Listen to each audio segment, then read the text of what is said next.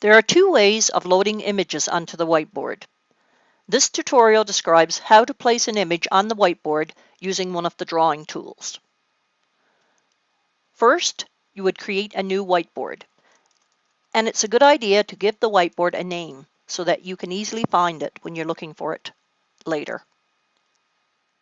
Then, to load a picture onto the current whiteboard, click on Place an Image on the Drawing Tools taskbar.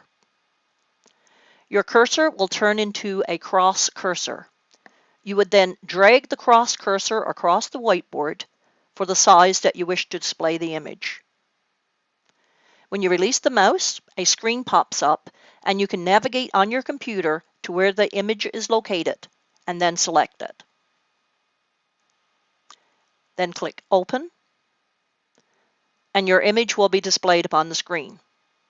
You have the option to select the image and resize it. You can make it smaller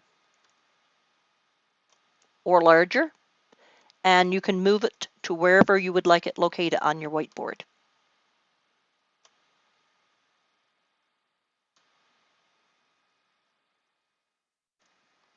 You can create as many whiteboards as you wish with images on them. It's a good idea, as I said, to name the whiteboards so that you can find them when you need to use them. Using the Placing an Image button is a quick, easy way, especially if you are tutoring live and want to quickly bring forth an image. However, please note that if you use this option and you want to erase some markings on the whiteboard, you could accidentally erase the image along with any markings. So I'm just going to demonstrate. First of all, you can use the drawing tools to mark on the image. Both the tutor and the student can do this. Then you can use the eraser to erase the markings. As I said, you need to be very careful because if you're not careful, you could easily delete the image from the whiteboard. To avoid this from happening, you can either save the image to the presentations library or you can use the screen capture tool. So I'm going to demonstrate how to save an image to the presentations library. I'm going to create a new whiteboard, and this time I'm going to call it a math question.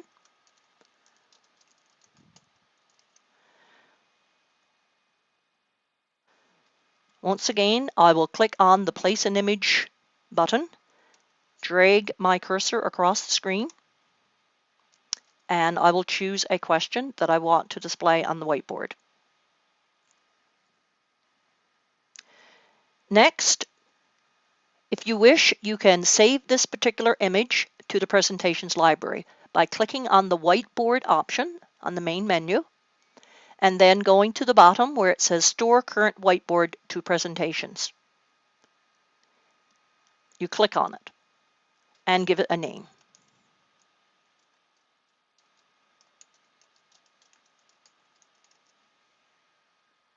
And then click OK. You will get a pop-up window that will let you know that your whiteboard was successfully uploaded and you can find it in your presentations library. Keep in mind this is a really useful feature because you can access the presentations library from anywhere that you have internet connectivity, even if it's not on the computer that you are using. You also have the option to save this current whiteboard as an image file. Please note that if you use this option, it saves it to your own computer, where you can store it for if you want to use it at another time. Or for example, if you've worked out the answer to a question with a student and you want to send this particular image file to the student, you can save the current whiteboard, as I said, as an image file to your own computer, and then you can send it.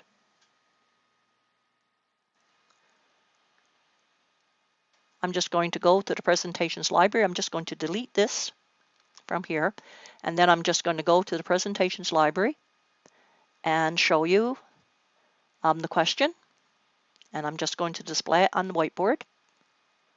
I click on the word launch, and then you will notice I'm just going to write on the whiteboard and show you that when you use the eraser this time, you do not erase the image.